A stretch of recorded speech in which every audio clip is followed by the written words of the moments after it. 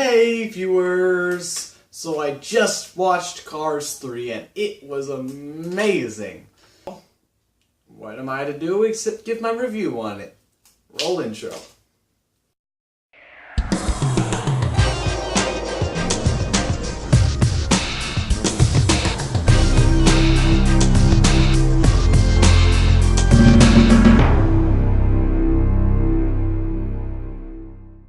For starters, yes, this is kind of clickbait in a way, but I will revisit the whole Jackson Storm theory, but it's also Cars 3 review. It's like a crossover, so enjoy. Also, for seconders...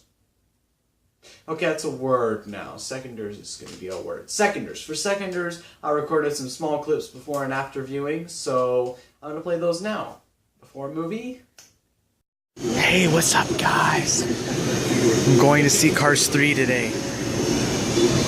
I'm super excited. We're at the gates in the theater already, so yeah. I'm super stoked. I'm going to make a review on the movie soon, so that's about all. I don't even know if you can hear me. Bye. And after movie. Hey, guys. So I just finished watching Cars 3. I don't know why my hair is messed up. This is in selfie mode, obviously.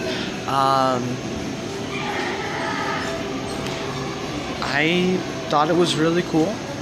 It was different. It was very surprising. I'm gonna do a full review on it once I get back. But I really enjoyed watching it. I highly recommend it. So yeah. Just gonna head on my way home and then record the rest of this there. It's a really good movie. Everyone should watch it. Just saying. So that's about it. And we are back now to discuss Cars 3, as well as the whole villain theory. For starters, no, I already said that. For thirders, when I saw the opening of this film, I was immediately transported back to Cars 1. Same words, same images, and then Mater's there. And I was like, yes, Mater! You know, the fact that they cut him into this part at this point in the film, it's like, boom, yes! We're getting Mater as the main character in this film, and it is going to be amazing, especially since he has all his spy gear. And then they, basically didn't mention him for the rest of the film. Also, this is going to be filled with spoilers, so if you haven't seen Cars 3 yet, watch it first. So, after McQueen makes his way to the track, we meet his racing buddies, Bobby and Cal, I believe. That's their names, Bobby and Cal. I felt like it was interesting and kind of fun to have them be friends, you know, and have them make jokes with each other and pull pranks, etc., etc. And it really just makes the contrast more apparent when they leave and it's just McQueen with all these high-tech racers surrounding him. So then we come to the crash, which I feel like was one of the most amazingly animated scenes, and it just really is gut-wrenching and difficult to watch. It's brutal, especially even leading up to the crash. I can strongly relate with McQueen when it comes to pushing past your limit. You can just hear his breathing. It's so heavy, and he's just pushing and trying, and it's like, he can't do it. But he's not about to let that happen. He's not thinking about that. He's not realizing that. And so he just keeps pushing, and then he, pushes so hard he just tumbles, crashes, and man, is that brutal. Just bang, bang, bang, bang, plop, and it's like, ouch. And then we zoom out, and as they zoom out, what I really liked was it looked a lot like Doc when Doc crashed. You kind of can see a resemblance. And all these ambulances crowd So, and then we suddenly jump ahead to 4 months later. So, at this point in the future, McQueen is basically doing what most Americans are doing these days, which is sitting around and being lazy. Myself included every now and then. So, at this way later point, he's looking at stuff about Doc. Let me just say, the Doc flashbacks are amazing. They really help to immerse you in the story and just really tie it all back into Cars 1, and I loved that. So then, after McQueen's looking at all this stuff, Sally comes in, and man, do I love Sally. She really just slapped McQueen up and was like, get back into shape, you boy. You're like living in this dusty place, and it's not good for your health. So get out there and race, because that's good for your health, even though you crashed, you know. I find it interesting that Sally's the one that brings McQueen back into racing, because like in Rocky's case, it was like when Rocky got beat up and injured, his wife was like, no, you're not boxing again. Don't box. That's going to kill you more. And then he's like, but I go to box. You know, you had to see Rocky to know what I'm talking about. They're really good films. And there are a lot of similarities between Cars 3 and Rocky movies. So, it was kind of a cool scene. You know, it was nice to see Sally there and have her basically just roast McQueen, you know. But I felt like it was kind of a missed opportunity. 1 out of 2. I only had a couple scenes that I had issues with. Most of it, though, I loved it. So, I feel like it's just kind of rushed McQueen becoming a racer. You know, I understand it's supposed to give more time to the rest of the things that need to happen in the film, but it was kind of a missed opportunity. I would have liked McQueen to have actually, like, revisited all the places that he and Doc had raced at.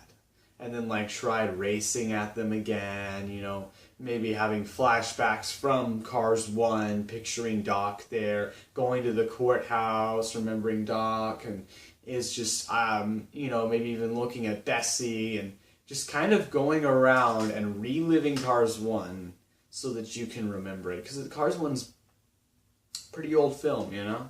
I think it came out, like, what, 2005? Somewhere around there. And so it would have been really nice for him to just kind of reminisce on memories and just go back to all these places, you know. And it could have, even with a bit more emotional music, it could have actually been a possible crying moment, which the Cars series, I think that's the reason everyone hates it, the Cars series has like the least crying moments. I feel like in the third one they did a bit better than the other films. But honestly, the crying moments are at the core of the Cars series. The Cars series is focused on other things, and crying moments isn't exactly the core. So I wasn't too mad that they didn't do this scene, but it would have been really nice. So, scene was okay. I liked it. The movie makes up for this scene in other ways. And then he just sets off towards Rusty's training center. So, I felt like the whole concept of everybody that keeps buying and selling Rusty's was just kind of overused. You know, the first time it kind of made sense. You run into the cars and they're like, oh, we sold Rusty's because we're poor. And it's like, okay, that makes sense. And then it's like, but at the end of the movie, they do it again. The first time I was okay. Second time wasn't quite as okay. So, after this, they come into the Rusty's Training Center. McQueen meets Cruz and Sterling. This is where the gears in my head started turning. I was going, yes, Sterling the bad guy. Let's watch him and see what he does. You know, see when he slips up and it's the bad guy thing. And then he never really specifically did anything bad guy related. Which kind of stunk. It did. It kind of stunk. So, anyway, Cruz trains Lightning really obnoxiously, you know, and makes the audience just really annoyed, and then Lightning's like, hey, I'm gonna go on that simulator. That simulator looks way cooler than all this stuff you're teaching me. Hops on the simulator, totally fails, and it was supposed to be kind of a funny scene, you know? Just like, oh, McQueen fails, ha ha ha, and he crashes, it's funny, you know, it's like, that's not even real racing, so it works differently. But then, like, you see Sterling in the background, and he's kind of just like, you messed up and I'm mad at you. And Cruz is kind of like, oh, McQueen, you messed up, I'm sad. And then, basically, Sterling comes to McQueen, has a little fake father to fake son talk, you know, and it's like, you are messing up, so I'm going to show you your new legacy. Branding. We're just going to make you a brand. It's okay. It's going to sell tons of products. And it's like, no, Don't do that. No, I don't want to. And McQueen doesn't want to do that either. He's like, hey, listen, I'm a racer. You're going to let me race. And he's like, no. And he's like, yes, no, yes, no, yes, no, yes, no, yes. And then he's like, fine, you can race, but you only get one race. And if you lose this race, you're branding for me. Mwahaha. I'm seriously trying really hard to find the villainous stuff with Sterling, and it's not really going in my favor. So he's like, mwahaha, you gotta do branding for me. So McQueen leaves Sterling's office, and he's like, I'm not doing branding, I'm gonna win that race. And he goes on a training trip. First, he goes to Fireball Beach, and basically starts teaching Cruz how to race good, even though Cruz is supposed to be teaching him. Just kind of flips around at Fireball Beach. And then they go to Thunder Hollow, which has become a demolition derby. So, Thunder Hollow.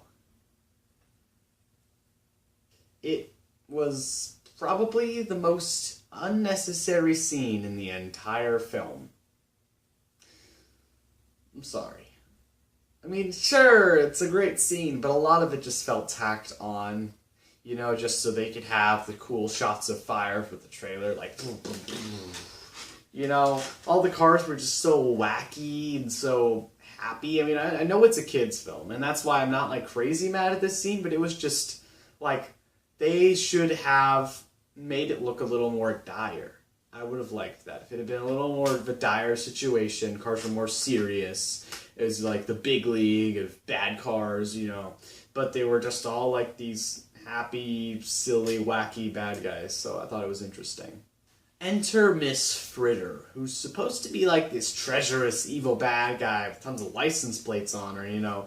But then she's all silly, and once Cruz wins, she's all chummy with McQueen and Cruz, and she's all like, oh, you guys are the best. And then she's like watching him on the TV, and she's like, yeah, go McQueen. It's like, nah, I don't feel like that worked. Sorry. But it did lead into one of my favorite scenes in the whole film, and that is Cruz and Lightning's argument. So, Cruz and Lightning are driving in Mac, heading to who knows where, and then Lightning just explodes, and he's like, what the heck, Cruz? You're supposed to be my trainer, and I'm taking care of you this whole way through. I've been the reason that you're still freaking alive.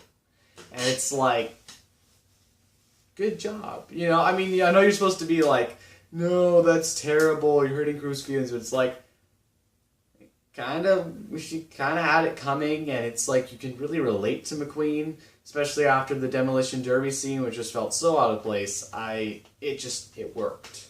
It really did. This scene causes Cruz to pull a Maui after this.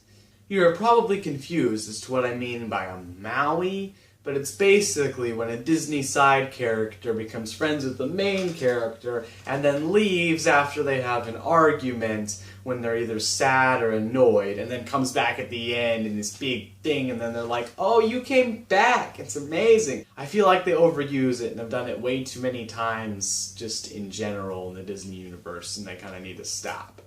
And they actually did. It seemed like Cruz left after she had her little heartfelt moment with McQueen, and that she wasn't going to come back until the last possible second. But then McQueen just drives up to her, and he's like, time to shake these ancient joints, and he does a little dance, which I thought was kind of a funny callback to earlier on in the film.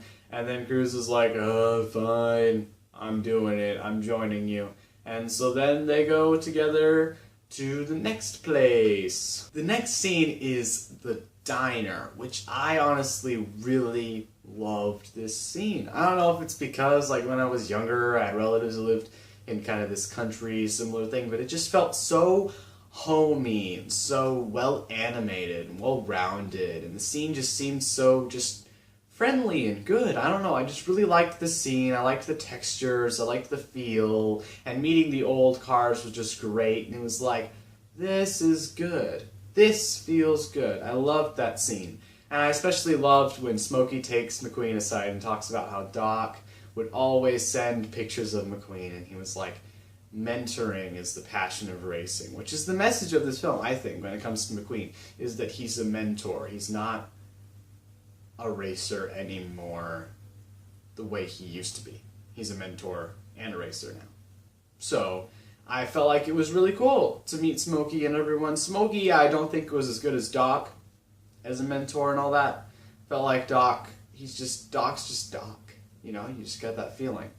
But Smokey did a good job. So they train, and then Cruz and Lightning go race after race after race, and then finally there's the race in which Cruz loses to Lightning McQueen for a time. Lightning McQueen passes Cruz up, and it's like, you all together, it's like, yay, Lightning did it! And then Cruz passes him back up and wins. And then McQueen's just slows down. And it's like, once again, I related to McQueen, and I was like, right with you, man. There's just so many times in my life where it's like, I feel like I can't move forward, but everyone else acts like, no, you can. No, you've got this. And then when I fail, it's like, I probably beat myself up more than anyone else does for my mistakes, and it's like, ouch. I thought I'd done so much. I thought I'd gotten so much better, and now I feel like I haven't moved an inch, you know? And so it was a good little moment there just to watch him kind of go downtrodden and just, I don't know, I'm going to do this race, you know? He's just kind of like, I don't know, I'm going to do this race. And so then he leaves with Mac, and it's all sad. And then there's the final race. And so in the final race, Lightning comes onto the track, and, you know, he actually does an okay job on the track. But then it's a certain point where where Sterling is kind of being a jerk, or villain, and then, says, Cruz, you get the next racer. And she's like, no, McQueen can still win. He's like, Cruz, you're just a trainer. Go get the next racer. Gosh. And it's like, this is probably Sterling's most villainous moment in the film, which kind of stunk. And so then Cruz is driving away, and she's just like, oh, I'm sad. And then McQueen's like, wait, Cruz, come back, you're going to be the new racer, which was an unexpected plot twist, really unexpected. I honestly kind of liked that they did that. It was surprising. And it really helps to accent on the theme that McQueen is meant to be the trainer, because McQueen even gets up in the booth and starts talking to her.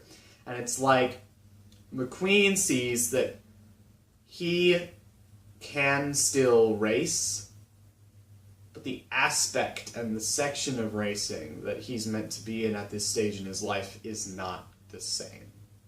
And I feel like he will be a wonderful mentor to Cruz. And I loved the race with Cruz versus Jackson Storm, especially when Cruz does Doc's crazy upside down trick. I mean, my goodness, that is amazing.